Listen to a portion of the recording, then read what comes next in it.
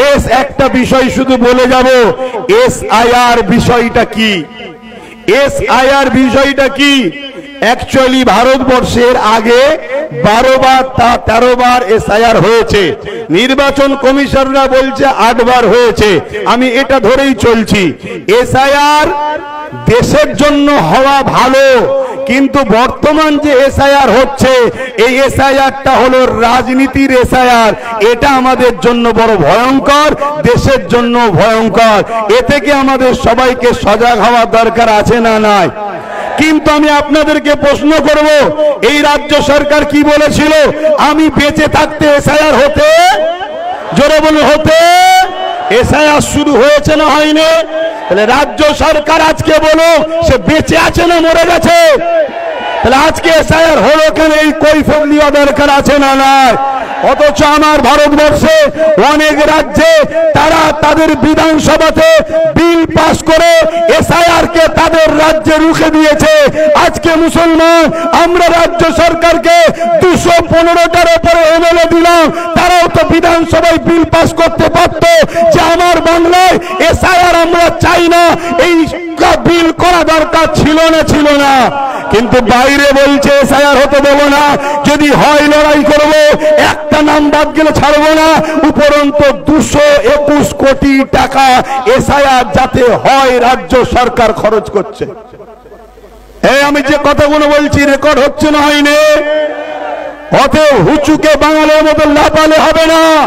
তোমার মধ্যে যারা পরিমাণ যদি ইনসানিয়ত থাকে, তুমি যদি ইসলামের ঘরের সন্তান হও, তাহলে এই কথাকে যাচাই বাছাই করো, করে আব্বাস সিদ্দিকীর বিরোধী করো। তাহলে 221 কোটি টাকা এসআইআর যাতে হয় এর জন্য রাজ্য সরকার বাজেট করেছে।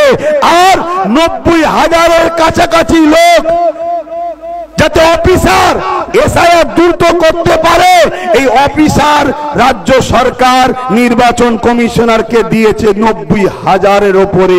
তাহলে বলুন রাজ্য সরকার এসআইআর এর পক্ষে না বিরুদ্ধে? জোরে বলুন। কিন্তু এরপরে আপনাদেরকে বলে দেব, আপনারা ঘাবড়ে গিয়ে ভুল পদক্ষেপ নেবেন না, কাগজপত্র জড়ো করুন।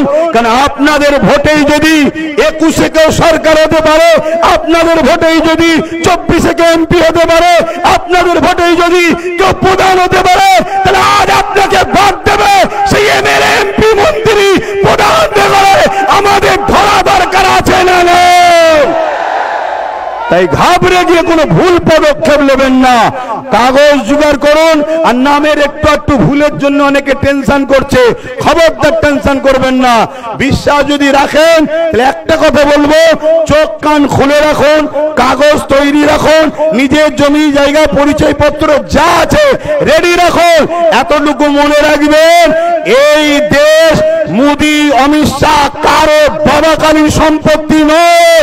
যদি কারো উপরে জুলুম হয়, আমরা পাবলিক যারা দেশকে বিজয় করেছি, আমাদের পূর্বপুরুষদের অবদান আছে, আমরা সংগঠিত ঐক্য হয়ে রাজনীতির বাইরে গিয়ে জনগণ ভারতবাসী এক হয়ে যেভাবে ব্রিটিশদের বিরুদ্ধে লড়াই হয়েছে, আবার লড়াই আমরা করব। রাজি আছে?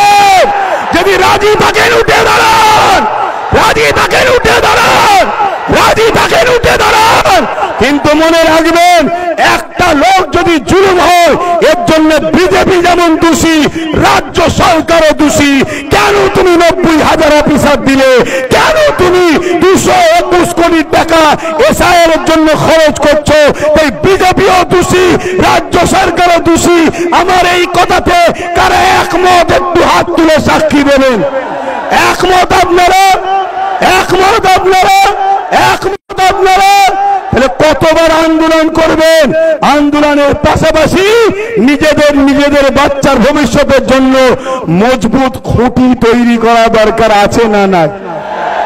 রাস্তা দিয়ে যাচ্ছেন, একটা কথা শুনে যান, রাস্তা দিয়ে যাচ্ছেন, কুকুর ঘেউ ঘেউ করছে, শুনছেন তো? যদি হাতে একটা লাঠি থাকে ঘেউ ঘেউ করবে? জোরে বলেন। খালি হাতে আছি বলে এতিম বাচ্চাকে সবাই যেমন লুটে যায়, আমাদের কেউ নেই বলে যে যা খুশি করে যাচ্ছে। সবে একটা লাঠি হয়েছে,